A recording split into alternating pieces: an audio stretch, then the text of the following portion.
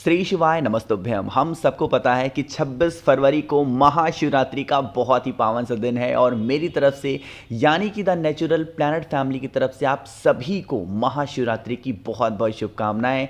भोले शंकर की कृपा, माँ सती की कृपा आपके घर के ऊपर, परिवार के ऊपर हमेशा बनी रहे ना। तो आज की इस वीडियो में हम लोग बात करेंगे ऑनलाइन पूजा को लेकर के। बहुत सारे कमेंट मुझे आए थे, बहुत सारे मैसेज व्हाट्सएप ग्रुप में आए, इंस्टाग्राम पे आए, तो मुझे लगा कि एक एक को रिप्लाई करने से अच्छा है इस पर एक पूरी प्रॉपर वीडियो बना दी जाए ताकि आपके सारे डाउट दूर हो जाएं। सबसे पहला मेरा जवाब है कि इस वर्ष गुरुजी कोई भी ऑनलाइन पूजन नहीं करा रहे। तो इस बार जितने भी लोग परेशान थे, भैया पूजन कराएंगे, कितने बजे से कराएंगे, कैसे होगी, तो इसका जवाब है बिल्कुल नहीं। इस बार पूज्य गुरुजी ऑनलाइन पूजा नहीं कराएंगे। लेकिन हाँ, इस ऑनलाइन पूजा कराएंगे नहीं, बट उन्होंने ये तरीका जरूर बता रखा है कि हमें कौन सी पूजन सामग्री को लेकर के। और महाशिवरात्रि पूरे साल भर की जितनी भी शिवरात्रियां होती हैं उनमें सबसे बड़ी शिवरात्रि जो है वो आपकी 26 फरवरी को है। अपने घर पे आप पूजा कैसे कर सकते हैं इसी की बात हम लोग करेंगे। और एक चीज़ का ध्यान रखिएगा, सावन की जो शिवरात्रि पड़ती है उस सावन की शिवरात्रि में पूज्य गुरुजी जिस स्थान पे कथा कहते हैं उसी जगह से ऑनलाइन पूजन का लाभ हम सभी अपने घर पे उठा पाते हैं। लेकिन इस महाशिवरात्रि पे भीड़ इतनी ज़्यादा होती है, सीहोर में आपको पता है उस टाइम पे रुद्राक्ष महोत्सव भी चलता है, तो भीड़ की वजह से ऑनलाइन पूजा संभव नहीं हो पाती है। लेकिन गुरुजी ने बता ज़रूर रखा है कि किस प्रकार पार्थिव शिवलिंग की हमें पूजन करना होगा और कौन से सामान की जरूरत होगी। ठीक, सबसे पहले पार्थिव शिवलिंग की बात कर लेते हैं। पार्थिव शिवलिंग की जो मिट्टी का इस्तेमाल आपको 26 फरवरी को करना है, कोशिश करेंगे जितने भी भाई बहन वीडियो को देख रहे हैं बेल के पेड़ की मिट्टी उठाइएगा। देखो, एक तो महादेव को बेलपत्र बहुत प्रिय है। क्यों? क्योंकि बेलपत्र मां सती का रूप माना जाता है और महाशिवरात्रि भोले शंकर और मां सती के मिलन का दिन है। तो आप सभी को बेलपत्र के नीचे की मिट्टी से पार्थिव शिवलिंग का निर्माण करना है। ये तो मेरे पिछले साल की वीडियोस हैं जो मैंने पार्थिव शिवलिंग बनाया था। कोई ज़रूरी नहीं है जैसा ये बना हुआ है ऐसा ही बनाओ, आपको जैसे बनाना आता है वैसे। मैंने भी कोई बहुत अच्छा नहीं बनाया है ना, तो आप भी जैसे बना सकते हो। महादेव का प्रतीक होना चाहिए, आपका मन होना चाहिए, भाव अच्छे होने चाहिए, बनाओ किसी भी तरीके से, ठीक है ना। लेकिन ध्यान रखिएगा, आपको पता होगा कि जो पार्थिव शिवलिंग यहाँ पे बनी है, पार्थिव शिवलिंग के नीचे बेलपत्र रखना मत भूलिएगा, इस चीज़ का ध्यान रखेंगे, ठीक है ना। अब बातें करते हैं कि भैया चलो ठीक है, सब कुछ हमने बना लिया, लेकिन अब इस पार्थिव शिवलिंग को बनाने के लिए हमें कौन कौन सी पूजन सामग्री चाहिए जिससे हम बनाने के बाद पूजा को कर पाएं। सबसे पहली चीज़ होती है, अनाज के दानों में सर्वोपरि माना गया है गेहूं का दाना, है ना।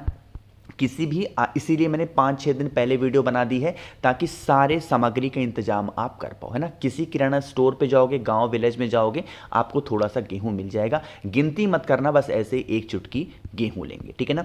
गेहूं लेने के बाद में आप सभी को ज़रूरत पड़ेगी दूसरी चीज़ की, और वो है काली मिर्च। हाँ, एक चीज़ मैं बताना भूल गया, जब आप पार्थिव शिवलिंग का निर्माण करना ना, तो काली मिर्च 1 या 2 काली मिर्च को अच्छे से कूट करके, पीस करके इसका पाउडर बना लेना, और उस पाउडर को आप पार्थिव शिवलिंग की मिट्टी में मिक्स करके फिर शिवलिंग को बनाना, ठीक है ना। महत्व थोड़ा सा बढ़ जाता है। मिट्टी से पार्थिव शिवलिंग बनाने के बाद में थोड़ा सा आपको और लेना होगा, क्या? काली मिर्च।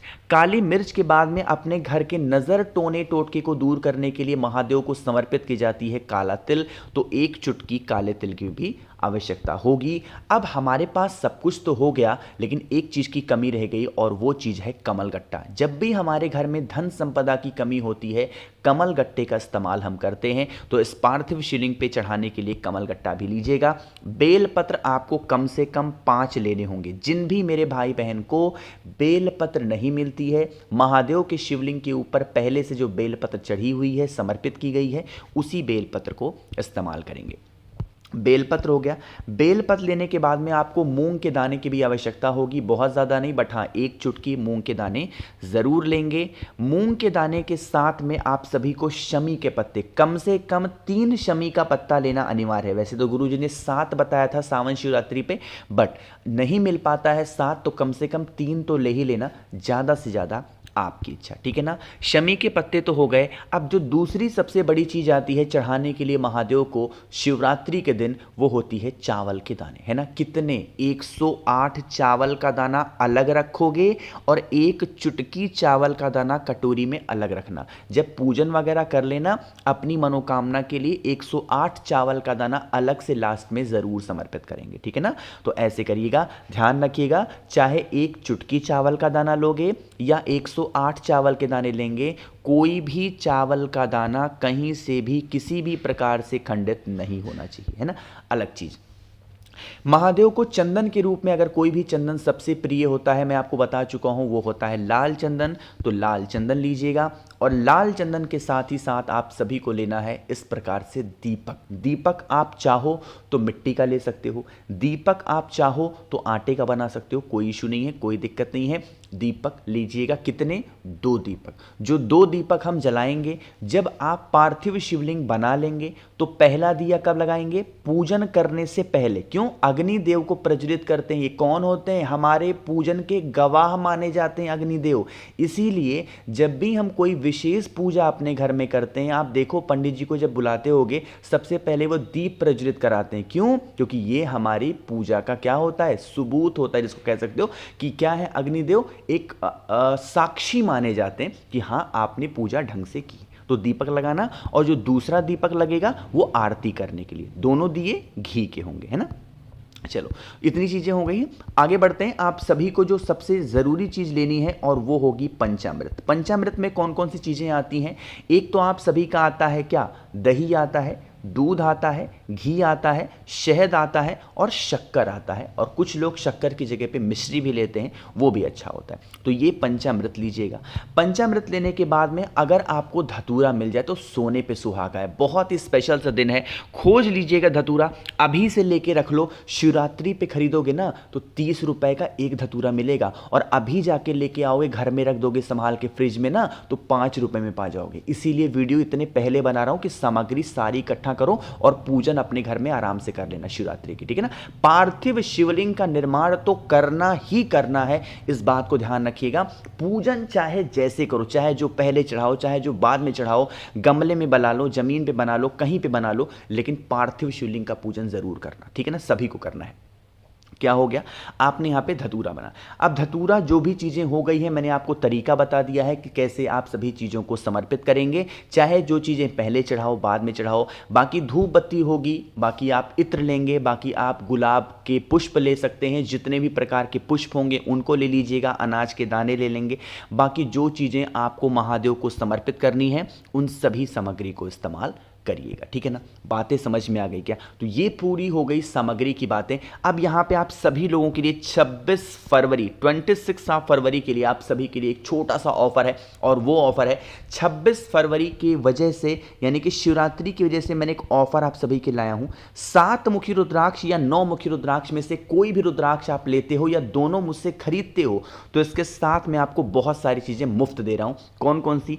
एक तो आपको 5 मुखी रुद्राक्ष में फ्री दूंगा, एक मैं आपको 3 मुखी रुद्राक्ष फ्री दूंगा, एक मैं आपको जप करने के लिए रुद्राक्ष की माला फ्री में दूंगा, प्लस मैं आप सभी लोगों को दे रहा हूं 50 ग्राम भस्म महादेव को समर्पित करने के लिए।